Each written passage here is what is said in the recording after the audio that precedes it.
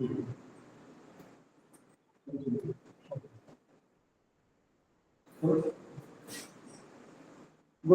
Evening friends, सर्वांना नमस्कार.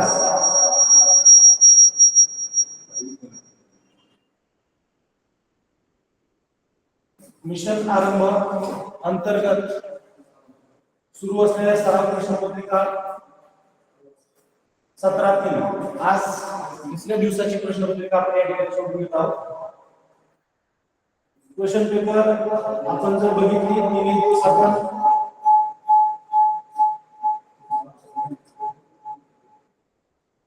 दोन्हीची होती.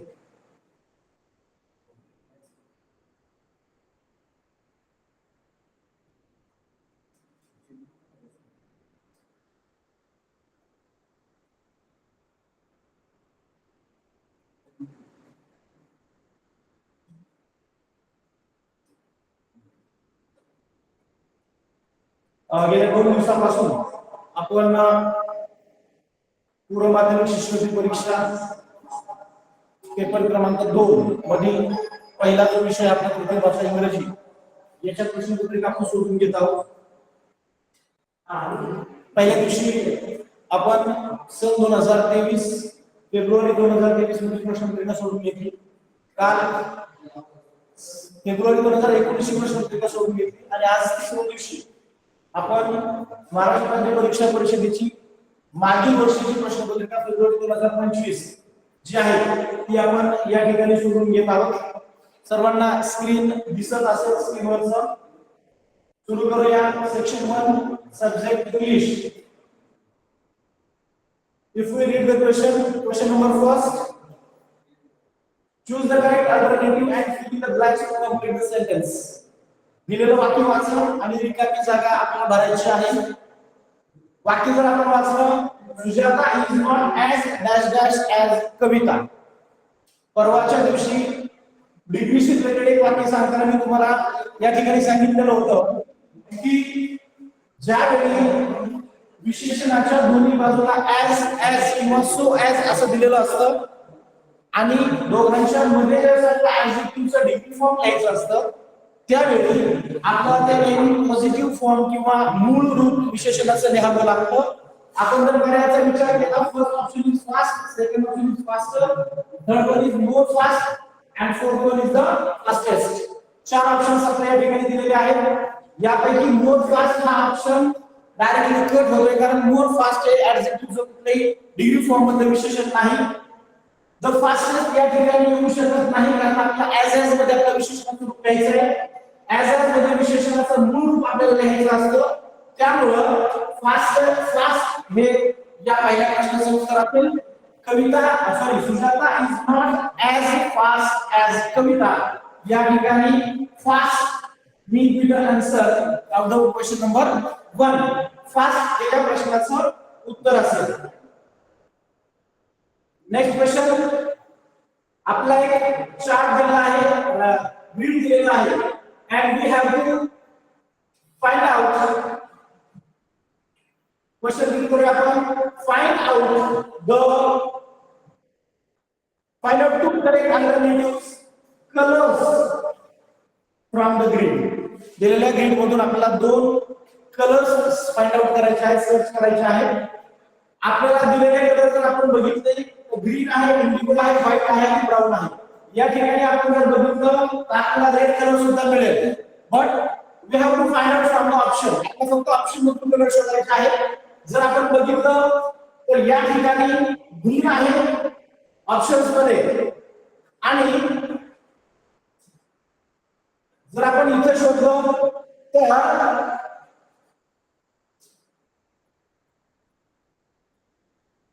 हा एक आपला पहिला कलर सापडतोय WHIT व्हाईट. हा पहिला कलर सापडतो आपल्याला.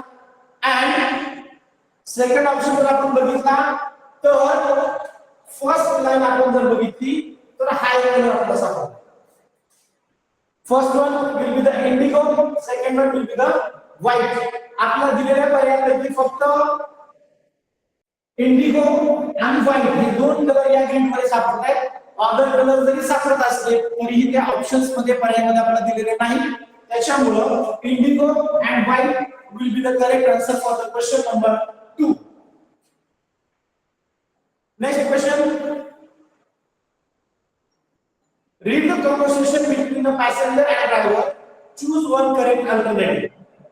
आपला पॅसेंजर आणि ड्रायव्हर मध्ये कन्व्हर्सेशन दिलेलं आहे आणि त्यापैकी कन्व्हर्सेशन कंप्लीट करायला आपल्याला सांगितलेलं आहे. Taxi driver says good morning, where do you want to go. आलेल्या पॅसेंजरला विचारते where do you want to go. Passenger says to the train station please. Railway स्टेशनला जायचंय त्याला. Taxi driver says are you in a hurry. तुम्हाला घाई आहे का? Yes I am a bit late. मला थोडासा उशीर झालेला आहे, लवकर पोहोचण्याची गरज आहे. Taxi driver says we can take dash dash. Passenger says okay thanks. कमी वेळेत जर आपल्याला पोहोचायचं असेल तर आपण नॅरो लेनमधून जाऊ शकत नाही. रोड हा नाही, आपल्याला कमी वेळेत जर जायचं असेल तर एक्सप्रेस वे, द्रुतगती महामार्ग किंवा चांगल्या रस्त्याने जाणं गरजेचं आहे. त्याच्यामुळे express way will be the answer for the question number 3. Question number 4. Given below is a note from grandmother. Short note हा टॉपिक आपला आहे.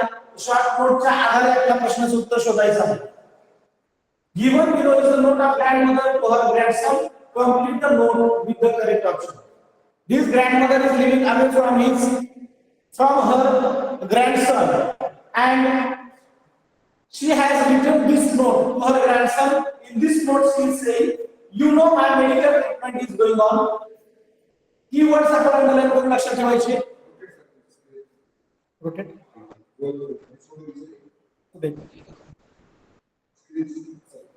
रोटेट केली. हां आधी से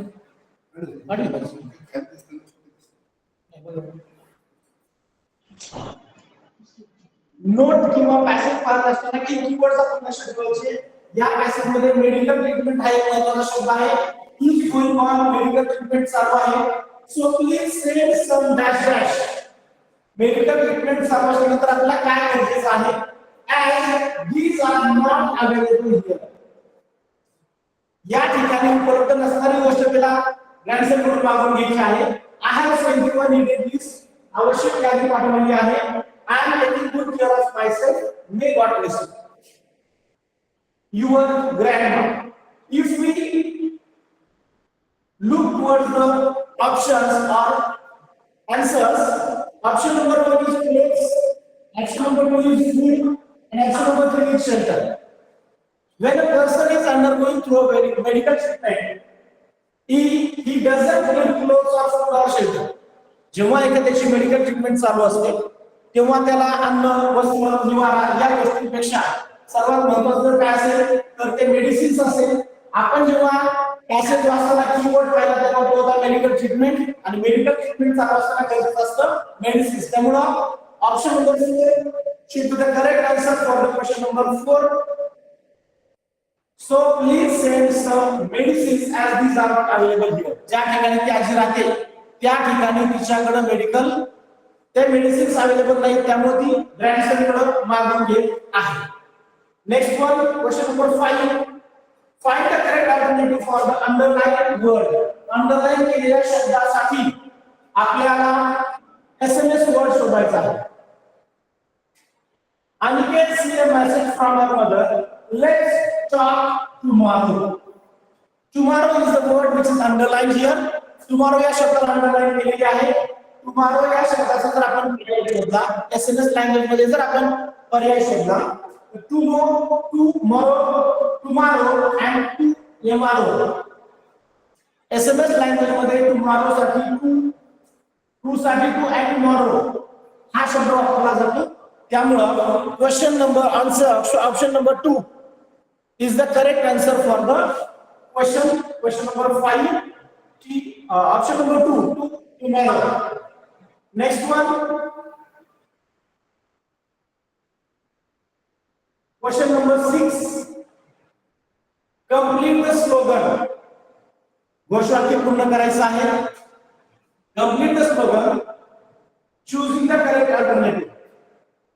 Respect the national flag and anthem. National flag, it means the In Marathi, we call it Rashtraധ്वज, and national anthem is the Rashtraगीत. राष्ट्रगीत आणि राष्ट्रध्वज यांचा काय करा, रिस्पेक्ट करा as it dash dash nation. ते देशाला काय बनवतं आपल्याला शोधायचं आहे. First option is strengthens, second option is weakens, third one is rich and number 4 is modify. Strengthen करणे म्हणजे ताकद देणे किंवा ऑप्शन नंबर 2 वीकन्स कमकुवत करणे. Option number 2 rich. This rich means the economically rich, it doesn't. and modify करणे and राष्ट्रध्वज आणि राष्ट्रगीताचा मान राखणे याचा मॉडिफिकेशनशी संबंध नाही. Strengthen is the correct answer for this question. Strengthen हे त्याचं अचूक उत्तर असेल. राष्ट्रध्वज आणि राष्ट्रगीताचा अपमान केला तर ते राष्ट्राला भक्कम करतं. राष्ट्रामध्ये असणारे स्ट्रेंथन या अर्थानं रिच करणं म्हणजे सुद्धा एका अर्थानं देशाला ते भेट होतं. पण strengthen here it means it makes or it brings the unity in the nation. राष्ट्रगीत आणि राष्ट्रध्वज हा देशातील नागरिकांमध्ये युनिटी तयार करतो, युनिटी एकता निर्माण करतो आणि त्या अर्थाने राष्ट्राला ते भक्कम करतो. म्हणून strengthens is the correct answer for the question number 6. Moving forward, question number 7 to 9. 7 ते 9 साठी आपण एक पॅसेज दिलेला आहे. वाचत असताना आपण काही त्याचे वर्ड्स आहेत ते आपण कीवर्ड्स अंडरलाइन करून घेऊ. Passage is about the Assam. It is one of the state in the northeast India. भारताच्या ईशान्येकडील एक राज्य आहे आपलं आसाम. त्या आसाम विषयी हा एक पॅराग्राफ आहे. Friends, I am Assam. Here Assam is talking to us.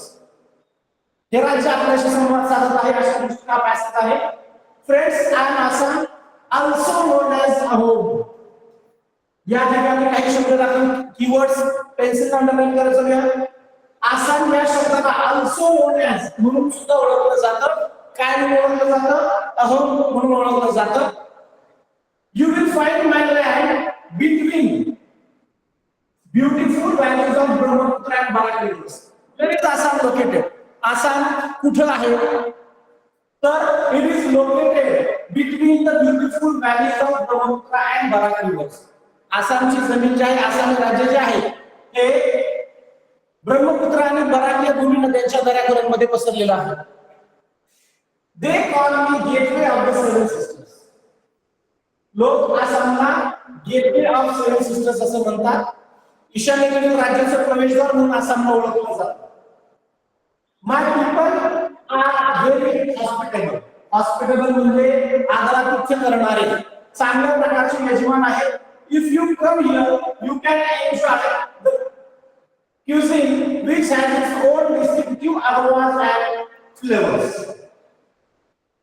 I am known for my artistic heritage, exotic dance forms and ancient temples. आसाममधील वैशिष्ट्य या ठिकाणी आपल्याला दिलेली आहे.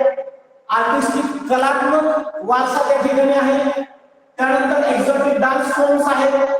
आसामचं नृत्य, बिहू नृत्य वगैरे प्रसिद्ध आहे. अँड एन्शियंट टेम्पल्स, वैशिष्ट्यपूर्ण बांधकाम असणारी मंदिर आपल्या आसाममध्ये आढळतात. The reverse ensure that my territory is lush and fertile. दोन नद्यांच्या खोऱ्यांमध्ये हा प्रदेश असल्यामुळं या ठिकाणची जी जमीन आहे त्या ठिकाणचं जे राज्य आहे, तो प्रदेश आहे, it is lush and fertile. सुपीक आणि समृद्ध असा तो प्रदेश आहे. विच काय आहे तर वेटलँड्स आहेत, ऑर्चर्ड्स आहेत, टी एस्टेट्स आहेत and science forest and parks. वैज्ञानिक जंगल किंवा पार्क्स या ठिकाणी आहेत. त्यापैकी काहींची नाव आपल्याला आहेत. काझीरंगा नॅशनल पार्क, काझीरंगा राष्ट्रीय उद्यान and Manas national park are world heritage site. जागतिक वारसा यादीत दोन महत्त्वाची जी काही राष्ट्रीय अभयारण्य आहेत, राष्ट्रीय उद्यान आहेत, ती आसाममध्ये आहे.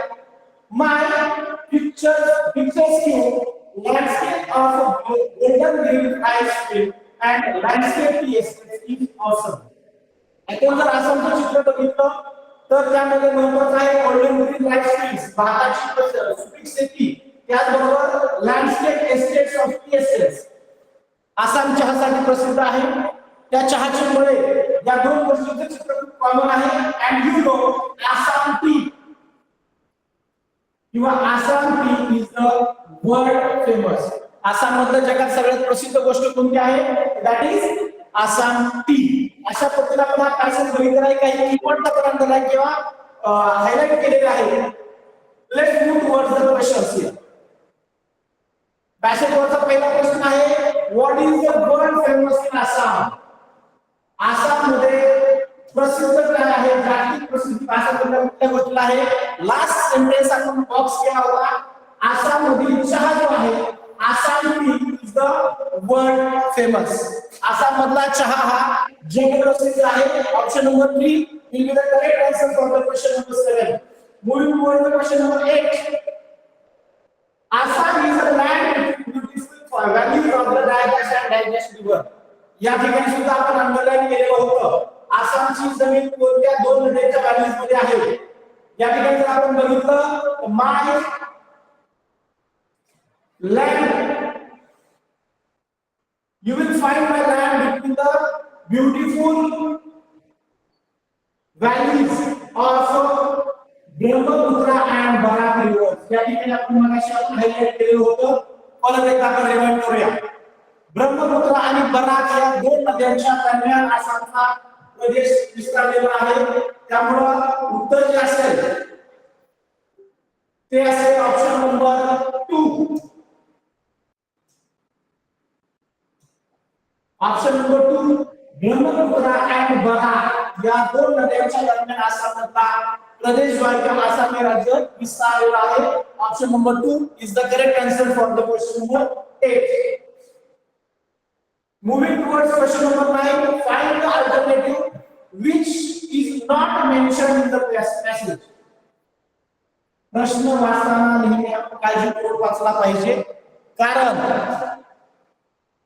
नॉट मेन्शन असं म्हटलेलं आहे. आपण वाचण्याच्या वेळी थोडीशी घाई करतो किंवा जर आपण नॉट हा शब्द जर मिस झाला तर आपल्याला बाकी तीन पर्याय सारखे वाटतात आणि मग कन्फ्युजन होतं. नॉट मेन्शन या ठिकाणी म्हटलं आहे, my territory is lush and fertile with wetlands, orchards, tea estate and science, forest and parks. याच्यामध्ये पॅसेज मध्ये न आलेला शब्द किंवा असाइनमेंटला योग्यरित्या लागू नसणारा शब्द जर आपण बघितला कोणता आहे? ऑर्चर्ड्स हा शब्द पॅसेज मध्ये आहे. सायन्स फॉरेस्ट हा शब्द, सिनिक फॉरेस्ट हा शब्द आहे. अँड टी एस्टेट हा शब्द सुद्धा आसाम मध्ये आहे. आसाम मध्ये जर नसेल काय तर आहे ड्रायलँड. आसाम मध्ये ड्रायलँड नाही, कारण आसाम हा आपण वरच्या प्रश्नामध्ये बघितलं, ब्रह्मपुत्रा अँड बराक या दोन नद्यांच्या दरम्यानचा प्रदेश आहे आणि दोन नद्यांच्या दरम्यान असलेला प्रदेश ड्रायलँड असू शकत नाही. त्याच्यामुळे dryland word is not mentioned in the passage. Dryland हा शब्द पॅसेज मध्ये मेन्शन केलेला नाही. This is the correct answer, dryland option number 1. Next question number 10 and 11 या ठिकाणी आपल्याला नोट दिलेला आहे, पॅराग्राफ दिलेला आहे. Read carefully and choose the correct alternatives. Here we have given a picture. This picture is of a book. It indicates that the passage is about reading. Reading habits are related to the importance of reading. William Boyd Phelps, American educator and author, broadcast the following radio address on April 6, 1933. American एक शिक्षण तज्ञ, एक लेखक William लिओन Phelps यानं 6 April 1933 रोजी रेडिओवर broadcast केलेला हा मेसेज. तो मेसेज आपला रिटन फॉर्म मध्ये दिलेला आहे. द हॅबिट ऑफ रीडिंग, वाचनाची सवय जी आहे, is one of the greatest resources of man. मानवी जीवनामधील जे काही रिसोर्सेस आहेत त्यापैकी वन ऑफ द या ठिकाणी सुपरलेटिव्ह फॉर्म आहे. It is one of the greatest resources of mankind. माणसाच्या शक्तिस्थान जे आहे त्याच्यापैकी महत्त्वाचं एक साधन कोणतं असेल किंवा त्याच्यापैकी असेल तर काय आहे? Habit of reading. And we enjoy reading books that belong to us much more than if they are borrowed.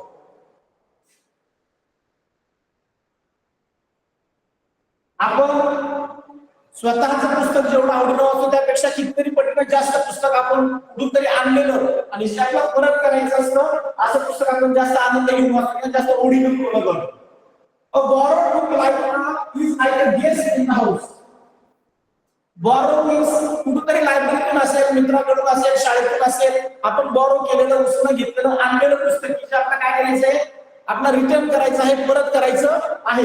असं पुस्तक जे आहे it is like a guest in our house. ते पुस्तक आपल्या घरामध्ये पाहुण्यासारखं असतं. It must be treated with punctiliousness with a certain considerate formality. त्या पुस्तकाला आपण योग्य प्रकारची ट्रीटमेंट दिली पाहिजे, ते पुस्तक काळजीपूर्वक चाललं पाहिजे. You must see that it sustains no damage. त्या पुस्तकाला कसलंही डॅमेज होता कामा नये. It must not suffer while under your roof. जोपर्यंत आपल्या घरामध्ये आहे, आपल्या ताब्यात पुस्तक आहे, तोपर्यंत इट मस्ट नॉट सफर. त्याला कसलाही त्रास होता कामा नये. You cannot leave it carelessly. निष्काळजीपणे आपण त्याला इतरत्र फेकून देऊ नये. You cannot mark it. आपण त्याच्यावरती खानाखुणा करू नये. You cannot turn down the pages. पानं दुमडू नये. You can use it familiarly. आपण अगदी स्वतःच असल्याप्रमाणे पुस्तक वापरलं पाहिजे. And then someday although this is seldom done you really ask to return it. आणि हे सगळं व्यवस्थित झाल्यानंतर, आपलं वाचून झाल्याच्या नंतर ते पुस्तक आपण काय केलं पाहिजे, परत व्यवस्थितरित्या केलं पाहिजे. अशा पद्धतीचा हा पॅसेज आहे. Moving towards the question on the passage. First one, the borrowed book is like an address in the house. दुसऱ्याचं आणलेलं पुस्तक घरामध्ये कुणाप्रमाणे असतं. आता आपण पाहिलं रिलेटिव्ह नाही, फ्रेंड्स नाही, होस्ट नाही. It is like a guest in the house. दुसऱ्याचं आणलेलं पुस्तक आपल्या घरामध्ये पाहुण्यांप्रमाणे असतं. Option number 4 is the answer for question number 10. Next, towards the 11th question number, things which you cannot do with borrowed books. Complete the way. आपल्याला हा website complete करायचा आहे. दुसऱ्याकडून आणलेल्या पुस्तकाशी आपण कोणत्या गोष्टी cannot do करू शकत नाही किंवा करू नये असा प्रश्न आहे. First one, you cannot leave it carelessly. निष्काळजीपणे टाकू नये. आपला वेबसाईट लिहायचा टाकता एक ऑप्शन निवडायचा आहे. एकच रिकामी जागा आहे. हा प्रश्न दोन रिकाम्या जागा ठेवून आपल्याला विचारला जातो. त्या ठिकाणी आपल्या या ठिकाणी प्रश्नाच्या ठिकाणीच असतं choose any two correct options. या ठिकाणी आपल्याला एकच रिकामी जागा दिलेली आहे, अर्थात आपला एकच उत्तर या ठिकाणी निवडायचं आहे. You cannot buy it, you cannot mark it, cannot enjoy it or cannot keep on the table. जर आपण बघितलं बाय दुसऱ्याचं पुस्तक आहे, आपण ते खरेदी करण्याचा प्रश्न येत नाही. कॅनॉट एन्जॉय इट, आपण पुस्तक वाचलं की त्यातून आनंद मिळत नाही असं होत नाही. And you cannot keep on the table, टेबलवर ठेवू शकत नाही असा उल्लेख कुठल्याही पॅसेजमध्ये आलेला नाही. त्याच्यामुळे आपण जो पॅसेज पाहिला त्याच्यामध्ये आपल्याला दिलेला आहे you cannot mark on it. आपण त्याच्यावरती खानाखुणा करू शकत नाही. Option number 2 is the correct answer of question number 11. दुसऱ्याचं आणलेल्या पुस्तकावरती किंवा उसने आणलेल्या पुस्तकावरती आपण मार्किंग करू शकत नाही किंवा करू नये असा एक आपल्यासाठी सल्ला आहे. Next question number 12, choose to correct alternative of the passive voice. Passive voice तुमचं ऍक्टिव्ह आणि पॅसिव्ह वॉइस शिकवून झालेलं असेल. टेन्सची वाक्य जी आहेत ऍक्टिव्ह वॉइस मध्ये असतात. वॉइस चेंज करत असताना सर्वप्रथम आपल्याला दिलेल्या वाक्याचा काळ ओळखणं, त्याचबरोबर त्या वाक्यातील सब्जेक्ट, वर्ब आणि ऑब्जेक्ट हे फाइंड आउट करणं गरजेचं असतं. Here we have given the sentence Rishikesh gave his brother a nice gift. Rishikesh gave his brother a nice gift. वाक्याला आपण बघितलं तर सब्जेक्ट नंतर V2 वापरलेला आहे. ही जी रचना आहे subject plus V2, it is the structure of simple past tense. दिलेलं वाक्य जे आहे आपण ते असेल simple past tense.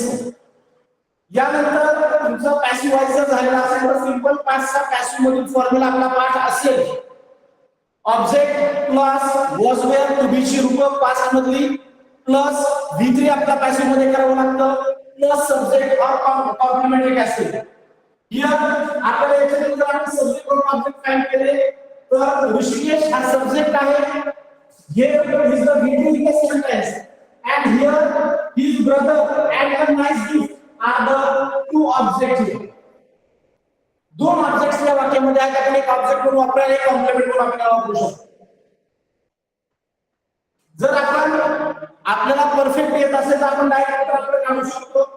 Rishikesh was given. महत्वाची गोष्ट लक्षात ठेवायची आहे पॅसिव्ह व्हॉइस करत असताना करता हा शेवटी जातो. या ठिकाणी ऋषिकेश हाच आपला सुरुवातीला दिलेला आहे कारण पहिला पर्याय टाकत होते. दुसऱ्या तिसऱ्या चौथ्या मध्ये जर आपण बघितलं तर his brother was given a nice gift bye Rishikesh and a nice gift was given to his brother by Rishikesh. a nice gift is given. हे जर वाक्य आपण बघितलं चौथं वाक्य याच्यामध्ये इज वापरलेलं आहे. इज कधी वापरलं जातं सिंपल प्रेझेंट टेन्सचा पॅसिव्ह करताना इज वापरलं जातं. आपला सिंपल पास्टचा पॅसिव्ह करायचा आहे त्यामुळे हा पर्याय सुद्धा तो होतोय. उरलेले दोन पर्याय आपले अचूक आहेत. His brother was given a nice gift by Rishikesh and a nice gift was given his brother by Rishikesh. Option number 2 and option number 3 are the correct answer for this passive voice question.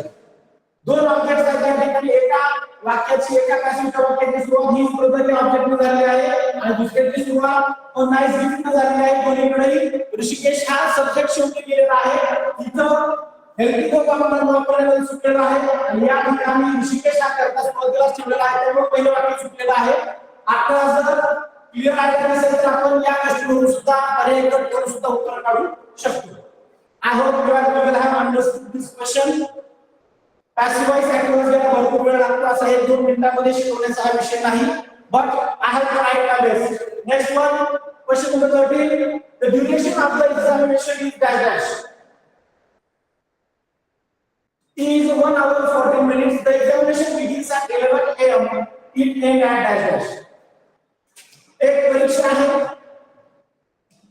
त्या परीक्षेचा जो कालावधी आहे duration is 1 hour and 14 minutes.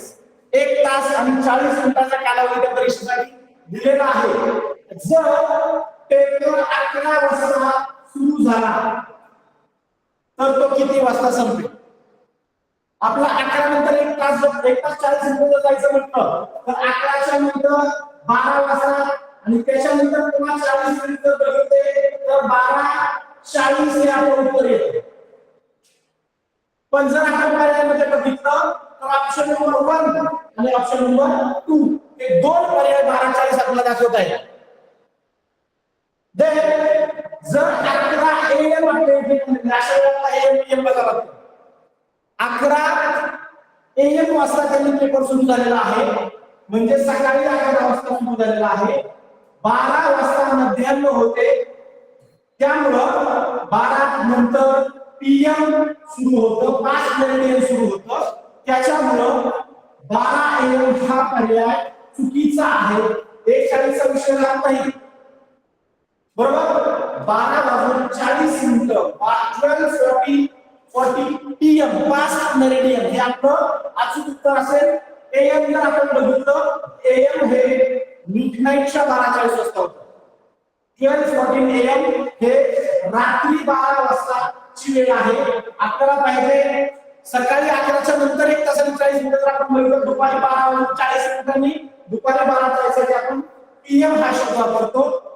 12:40 PM. Option number 1 is the correct answer for question number 12. Sorry, 13. Next question. Moving forward.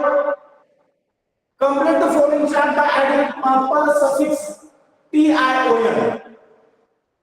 Prefix and suffix. शिकलेला असाल तुम्ही.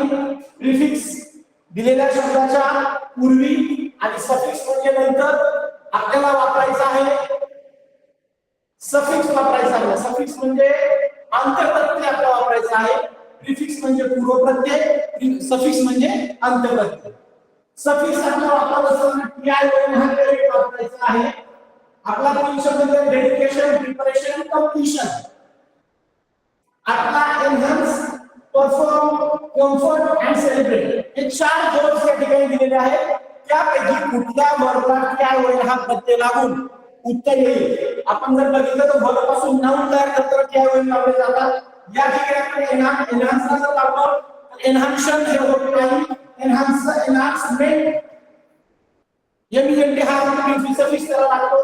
Perform आपण बघितलं परफॉर्मन्स एएनसी हा सफिक्स लागतो. कम्फर्ट आपण कम्फर्टेबल म्हणतो. या ठिकाणी एबल हा सफिक्स लागतो. शेवटी सेलिब्रेट हा सेलिब्रेशन हा प्रत्यय लागतो. ऑप्शन नंबर 4 सेलिब्रेशन हे या प्रश्नाचं उत्तर असेल option number 4. I hope you are getting the answers. Question number 15. Read the following pairs of homophones and find out the pair which is not a homophone. Not homophone. Homophone नसणारी पेर आपल्याला शोधायची आहे. जर आपण पर्याय वाचले, पहिला पर्याय आहे सन अँड सन. होमोफोन्स परवाही आपला एक क्वेश्चन झाला होता, त्यावेळी मी तुम्हाला त्याची डेफिनेशन सांगितली होती, व्याख्या सांगितली होती. Repeating again, homophones are the words which are similar in pronunciation. उच्चारामध्ये समान असणारे शब्द which have different spellings and different meaning. वेगवेगळे स्पेलिंग आणि वेगवेगळे अर्थ असतात, उच्चार मात्र सारखा असतो. या ठिकाणी सन दोन्हीचाही उच्चार सेम आहे. या ठिकाणी फ्लोर अँड फ्लोर अर्थ तुम्हालाही माहिती असतील. सन म्हणजे सूर्य, दुसरा सन यशोयर सन म्हणजे मुलगा किंवा पुत्र आणि सन म्हणजे सूर्य. या ठिकाणी फ्लोर मजला किंवा जमीन अँड फ्लोर म्हणजे पीठ ज्याला आपण म्हणतो. नेक्स्ट वन ईट आणि एट. या ठिकाणी जर आपण बघितलं तर उच्चारामध्ये आपल्याला डिफरन्स आढळत आहे. शेवटचा पर्याय आपण बघूया. या ठिकाणी या दोघांचा उच्चार टेल आहे. टेल याचा अर्थ होतो शेपू किंवा शेपटी आणि टेल या शब्दाचा अर्थ होतो गोष्ट. प्रत्येकाचे अर्थ वेगळे आहेत, वेगळे आहेत. फक्त क्रायटेरिया हा आहे की त्याचं प्रोनाउन्सिएशन सेम असलं पाहिजे, उच्चार सारखा असला पाहिजे. या क्रायटेरियावरती ऑप्शन नंबर 3 बसत नाही, कारण पहिल्या शब्दाचा उच्चार येतो ई आणि दुसऱ्या शब्दाचा उच्चार येतो एट. त्या ई ऐवजी जर इथं याचा पास्ट टेन्स असता एटी तर एट आणि एट हे उत्तर बरोबर झालं असतं. पण या ठिकाणी आपल्याला मूळ दिलेला आहे या पदाचा ई आणि दुसरा शब्द दिला आहे एट. त्यामुळे ई आणि एट हे होमोफोन्स नाही. आपल्या प्रश्नाचं उत्तर आहे ऑप्शन नंबर 3. ईच आणि एट आर नॉट होमोफोन्स. ईट आणि एट हे होमोफोन्स नाही. Question number 16. Choose two correct alternatives for the underlined phrase. दिलेल्या फ्रेजशी रिलेटेड आपल्याला दोन फ्रेजेस निवडायचे आहेत दिलेल्या शब्दांच्या विषयी. In our city many organizations are dealing with underlined word आहे air pollution problem and they are happy with their results. आपल्याला दोन पर्याय निवडायचे आहेत. dealing with डील करणे म्हणजे एखाद्या गोष्टीचा सामना करणे, त्याच्यामध्ये इन्व्हॉल्व असतो. Handling with, persistence, no avail and working with. चार ऑप्शन्स आहेत. आपण अर्थ जर पाहिले, हँडलिंग विथ म्हणजे त्या प्रक्रियेमध्ये असलेल्या ती प्रक्रिया हाताळणे, हे प्रॉब्लेम्स काही प्रॉब्लेम्स डीलिंग करण्यात हँडल करत आहे. पर्सिस्टन्स म्हणजे सातत्य. Third one no avail. No avail म्हणजे उपयोग नसणे, व्यर्थ जाणे, व्यर्थ असणे. आणि चौथा आहे वर्किंग विथ, चार सोबत काम करणे. आपल्याला डीलिंग विथ म्हणजे चार सदस्यांविषयी काम करण्याशी संबंधित शब्द विचारलेले आहेत. पर्याय option number 1 handling with and working with. These two are the correct answers for question number 16. प्रश्न क्रमांक 16 साठी पर्याय क्रमांक 1 आणि पर्याय क्रमांक 4 हे दोन अचूक उत्तर आहेत. Next one, guess the meaning of underlined word. Choose correct alternative. India won the cricket match against Sri Lanka by 4 runs and 1 ball. It was miraculous victory. Miraculous. भारतानं श्रीलंकेविरुद्धची मॅच जिंकलेली आहे. जिंकलेली मॅच कशी आहे? By 4 runs and 1 ball. या condition मध्ये match जिंकलेली आहे. 1 बॉल आणि 4 रन राखून विजय मिळवला आहे. ही मॅच मिराकल होती. मिराकल या शब्दाचा अर्थ आपण बघितला तर मिराकल म्हणजे एखादं आश्चर्य. त्याचा पर्याय निवडायचा आहे at once, suddenly, magical and confused. Question number 17. At once, suddenly, magical and confused. कुठली तरी एखादी असाधारण गोष्ट किंवा अविश्वसनीय कामगिरी केल्याशिवाय अशा पद्धतीची मॅच आपण जिंकू शकत नाही. Magical is the correct answer. काहीतरी जादुई परफॉर्मन्स एखाद्या प्लेयरचा त्या ठिकाणी घडलेला असतो. अशा वेळी असे विजय मिळवले जातात. Option number 3 is the correct answer of the question. Next question number 18. Choose the correct alternative to complete the crossword puzzle. दिलेलं पझल आपल्याला सोडवायचं आहे. या ठिकाणी मात्र आपण काल आणि परवाची थोडी बघितली, पझल्स बघितली. त्यामध्ये आपल्याला 4 सगळ्या रिकाम्या जागी एकच वर्ड आपल्याला फिल करायचा होता. इथं मात्र 2 रिकाम्या जागी 2 शब्द भरायचे. जर आपण बघितलं तर C-18 and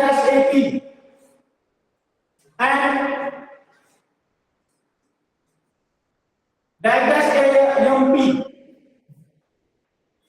जर आपण बघितलं तर दोन्ही ठिकाणी आपले क्रॉसवर्ड आणि दोन्ही पझल्स आपले अचूक असणं गरजेचं आहे. जर आपण पर्याय बघितले, पर्यायाच्या उत्तरामध्ये आपण बघितलं तर 18 नंबर क्वेश्चन साठी आता ऑप्शन नंबर 2 आपण टाकून जर बघितलं तर CIAT हा शब्द होईल, पण IEEE हा शब्द होत नाही. तर पहिला ऑप्शन सगळा चुकतोय. ऑप्शन नंबर 2 जर आपण बघितला CH18 चार्ट हा शब्द होतोय आणि HEEN ही हा शब्द होतोय. थर्ड वर जर आपण बघितलं दोन्ही ठिकाणी ए हा शब्द बसत नाही आणि इथं जर आपण ओ शब्द घेतला चौथ्या पर्यायामध्ये हे सुद्धा उत्तर होत नाही. त्यामुळे H आणि N हे 2 शब्द या ठिकाणी बसत आहेत. Option number 2 is the correct answer for this question. Next question. Find out wrongly used word. या वाक्यामध्ये चुकीचा शब्द ओळखायचा आहे. Does they go to college every day? वाक्य वाचल्याबरोबर इथं पर्याय न वाचता उत्तर शोधता आलं पाहिजे. सिंपल प्रेझेंट टेन्स शिकत असताना आपण शिकलो आहोत ज्या ठिकाणी डज हा शब्द वापरलेला असतो तिथं सब्जेक्ट जो असतो हा ही, शी किंवा इट यापैकी एक असणं गरजेचं असतं. त्यामुळं जर कर्ता दे असेल, आपण दे हा पर्याय सुद्धा चुकीचा म्हणू शकतो असं पण आपल्या पर्यायामध्ये दे हा शब्द दिलेला नाही. पर्यायामध्ये आपल्याला 2 शब्द बरोबर आहे. जर आपण वाक्याच्या सुरुवातीला जर हेडिंग वापरलं डू डज डू तर आपल्याला केवळ जर ग्रुप वापरावं लागतं. हे शब्द सुद्धा बरोबर आहे. एव्हरीडे सुद्धा बरोबर आहे. चुकीचं जर आपण बघितलं तर डज हा शब्द चुकीचा आहे कारण सब्जेक्ट दे आहे. जर सब्जेक्ट दे असेल तर सिंपल प्रेझेंट टेन्स मध्ये आपल्याला डू हे सहाय्यकारी क्रिया वापरावं लागतं. त्यामुळं हा प्रश्न असा असणं गरजेचं होतं do they go to college every day. या ठिकाणी डू न देता त्यांनी डज दिलेला आहे आणि त्यामुळं डज हा शब्द चुकीचा वापरला गेलेला आहे. Option number 4 is the correct answer for the question number 19. Next question number 20. Find out sentence or odd sentence out.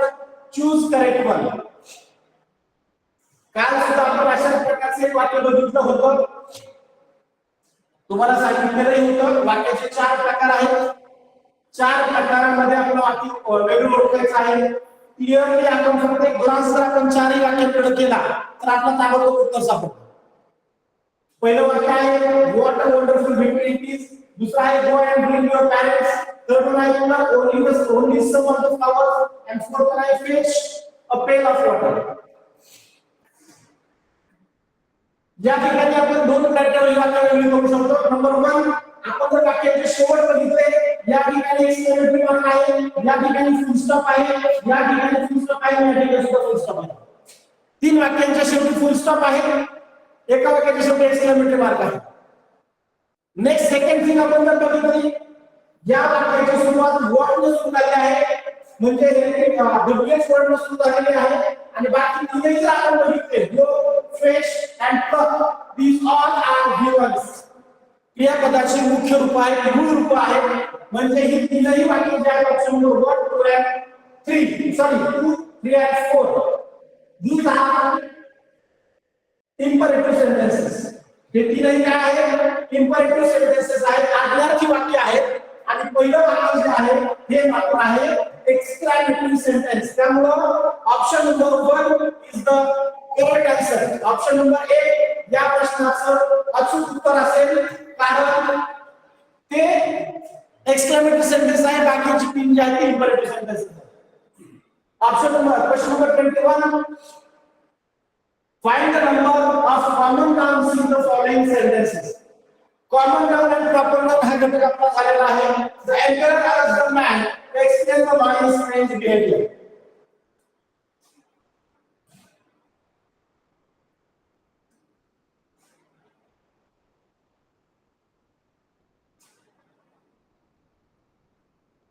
Find the number of common nouns. Common noun आपल्याला शोधायचे आहे.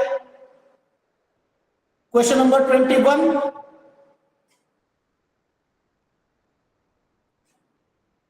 Emperor, man, and lion. These are the three common nouns in the sentence. Emperor कोण होता? अनेक emperor होते. त्याचं specific नाव आपल्याला दिलेलं नाही. एम्परर एक कॉमन नाउन आहे. मॅन कोणता माणूस याचंही आपल्याला उत्तर दिलेलं नाही. फक्त मॅन म्हटलेलं आहे. म्हणजे मॅन हे कॉमन नाउन आहे. एम्परर हे कॉमन नाउन आहे. आणि लायन कुठला लायन आहे याचंही नाव नाही. लायन हे फक्त प्राण्याचं नाव आहे. त्यामुळे लायन हा एक असे तीन या ठिकाणी कॉमन नाउन्स आहेत. Option number 2 is the correct answer for this question. Moving towards next question. Question number 22. Fill the blanks with proper model of relation possibility. Possibility शक्यता आपल्याला दाखवावी लागते. आपण मॉडेल ऑफ रिलेशन मध्ये बघितलेलं आहे. काही मॉडेल ऑफ रिलेशन पॉसिबिलिटी दाखवतात, काही ऑब्लिगेशन दाखवतात, काही नेसेसिटी दाखवतात. याचे सेपरेट चार्ट्स आहेत. It is cloudy with dash dash rain today. Possibility शक्यता, आकाशामध्ये ढग आहे, कदाचित पाऊस पडू शकतो. मे ढग असल्यानंतर पाऊस पडण्याची शक्यता असते. शक्यता दाखवलेली पॉसिबिलिटी दाखवलेली आहे. पुढे ऍक्टिव्हिटी साठी वापरलं जातं, मोस्ट ऍप्लिकेशन साठी वापरलं जातं. मे हे शक्यता दर्शक आहे, पॉसिबिलिटी आहे. Option number 3 is the correct answer. Next one. Choose the correct alternative. दिलेल्या पर्यायांपैकी दिलेली 4 वाक्य आहेत, त्यापैकी आपल्याला योग्य वाक्य निवडायचं आहे. The earth revolves around the sun. The earth revolves around the sun. The earth will revolve around the sun. Earth should revolve around the sun. यापैकी जर आपण बघितलं तर हे वाक्य त्रिकालबाधित सत्याचं आहे. त्यामुळे the earth revolves around the sun हे वाक्य अचूक असेल. पृथ्वी सूर्याभोवती फिरते ही प्रक्रिया अनादी कालापासून चालू आहे आणि भविष्यातही ती अनादी कालापर्यंत चालू राहणार आहे. त्यामुळे पहिलं वाक्य या ठिकाणी बाकी तिघांपेक्षा वेगळं आहे. Next. Choose the correct sentence of past perfect tense. Perfect past टेन्सचं वाक्य आपल्याला निवडायचं आहे. सगळ्यात अगोदर आपल्या डोळ्यासमोर परफेक्ट पास्ट टेन्स सूत्र आलं पाहिजे. सब्जेक्ट प्लस पास्ट टेन्स आहे त्यामुळे had plus V3 plus object. अशा पद्धतीचं सूत्र तुम्हाला ज्या वाक्यामध्ये आढळेल ते वाक्य आपलं अचूक उत्तर असेल. सब्जेक्ट स्पोक या ठिकाणी हेल्पिंग परफेक्टचा वापरलेला नाही. हे आहे सिंपल पास्ट टेन्स वाक्य, हे चुकलेलं आहे. Headmaster will shows the future tense. दोन्ही काळामध्ये फ्युचर टेन्स दाखवले त्यामुळे ती दोन्ही वाक्य चुकलेली आहेत. The headmaster had spoken the spoken to students. आपण जर या दोन वाक्यांची कंपॅरिझन केली सूत्र आणि वाक्य तर हेडमास्टर सब्जेक्ट आहे, हॅड वापरलेला आहे. स्पोकन V3 आहे, स्टुडंट ऑब्जेक्ट आहे. Option number 4 is the correct answer. पर्याय क्रमांक 4 हे या प्रश्नाचं अचूक उत्तर असेल. आपल्या पर्यायाशी सहज बघितलं की आपल्याला विल हे फ्युचर मध्ये वापरलं जातं आणि सब्जेक्ट इन द स्पोक हे सिंपल पास्ट मध्ये वापरलं जातं. त्यामुळे वरची तीन वाक्य चुकलेली आहेत. Option number 4 is the correct answer of perfect past tense to past perfect tense. Next one and last one. Choose correct alternative. He said to him, please wait here till I return. या ठिकाणी हे वाक्य जे आहे ते आहे indirect स्पीचचं वाक्य. Direct speech आपल्याला दिलेलं आहे, आपला इनडायरेक्ट या ठिकाणी करायचं आहे.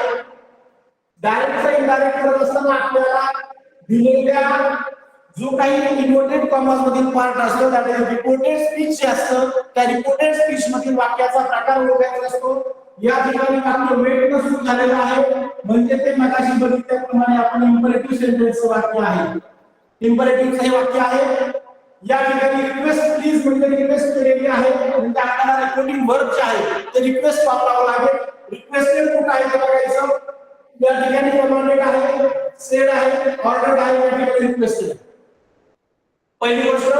त्यानंतर जॉईन कोड आपला टू वापरावा लागतो. इथे दॅट वापरलं हे चुकतंय, इथं टू वापरलंय परंतु आपल्या ह्याच्यावरती जर आपण उत्तर काढलं तर he requested him to wait there till he returns.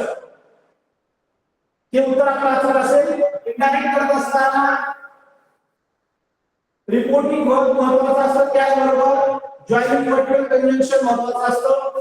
दोन्ही आपण जर बघितले की या ठिकाणी रिक्वेस्ट वापरले, या ठिकाणी टू वापरलेला आहे, ते आपलं उत्तर असेल क्वेश्चन नंबर 25 साठी. He requested him to wait there till he returns.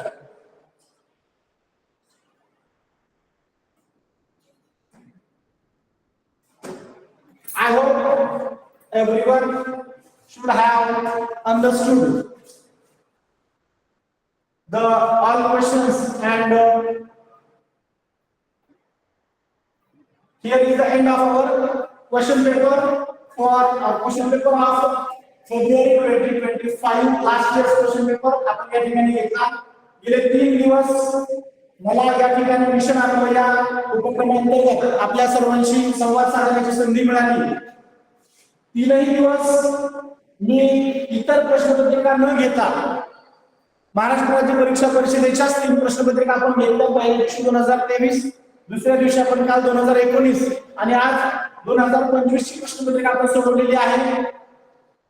हेतू हा की तुम्हाला अचूकपणे प्रश्न कशा पद्धतीने येतात बोर्डामध्ये त्याची ओळख व्हावी, त्याचा अंदाज यावा आणि माझ्या परीने तुम्हा सर्वांना व्यवस्थितपणे समजावण्याचा प्रयत्न केलेला आहे. In fact there are some problems in the communication. या ठिकाणी व्हर्च्युअल असल्यामुळे कम्युनिकेशन साठी तितकासा वाव नाही, मात्र as per my capability and as per my possibility शक्य तितकं तुम्हाला देण्याचा प्रयत्न केलेला आहे. या ठिकाणी मला पंचायत समिती जामखेड यांच्या मार्फत या ठिकाणी तुमच्याशी संवाद साधण्याची 3 दिवस तुम्हाला मार्गदर्शन करण्याची संधी या ठिकाणी उपलब्ध करून देण्यात आली. त्याबद्दल मी पंचायत समितीच्या सर्व अधिकारी वर्गाचं मनपूर्वक या ठिकाणी आभार व्यक्त करतो आणि तुम्हा सर्वांना व्यवस्थित ऐकून घेतल्याबद्दल धन्यवाद देतो आणि या ठिकाणी आजचं सेशन आपण समाप्त करूया. Thank you everyone and thank you all.